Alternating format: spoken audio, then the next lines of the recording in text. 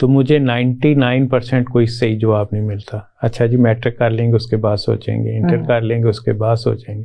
تو اس پہ میں اکثر یہ کہتا ہوں کہ آپ کا وہ حساب ہے کہ آپ ہاکی کھیل رہے ہیں وداؤٹ گول پوسٹ, اب بال کو کدھر لے کے جانا ہے. بالکل صحیح. تو ٹارگیٹ جب تک آپ ایفرٹ بھی اسی آپ نے ٹارگیٹ کرنا ہے کہ فار ایگزامپل میں نے میٹرک ٹاپ کرنا ہے, بالکل, تو اب اسی کے اکارڈنگلی ایفرٹ کریں گے نا. جی جب ٹارگیٹ سیٹ ہی نہیں تو ایفرٹ کیا ہونی. میں بھی بچوں کے ساتھ, آپ تو اسکول لیول کی بات کریں, ہم تو کالج لیول پہ بات کرتے ہیں اور ان سے پوچھتے ہیں کہ اگر آپ ایڈمیشن لینا چاہ رہے ہیں اس مضمون میں, تو اس مضمون میں داخلہ لینے کی ریزن کیا ہے, کیا بننا چاہتے ہو. اب 90% بچے وہ ہیں جو کہ نہیں ان کو پتا وہ کیا بننا چاہتے ہیں. وہ کہتے ہیں کہ جی فلاں نے کہا سائیکالوجی پڑھ لو تو میں سائیکالوجی پڑھ رہا ہوں, اس نے کہا یہ پڑھ لو تو میں یہ پڑھ رہا ہوں. اب اس میں اس سے بھی بڑا رول یہ ہے کہ آپ دیکھیے کہ 1857 میں ہم نے آزادی کی جنگ لڑنی شروع کی. کبھی ہم بات کر رہے ہیں 14 نکات پہ, کبھی ہم بات کر رہے ہیں دہلی تجاویز پہ, کبھی ہم بات کر رہے ہیں شملہ ڈیپوٹیشن پہ. یہ ساری باتیں کر رہے تھے. ہم کیا کر رہے تھے؟ بات آزادی کی نہیں تھی, بات حقوق کی تھی. ہم حقوق مانگ رہے تھے. 1940 میں ہم نے منزل کا تعین کیا اور 47 میں ہم نے منزل حاصل کر لی.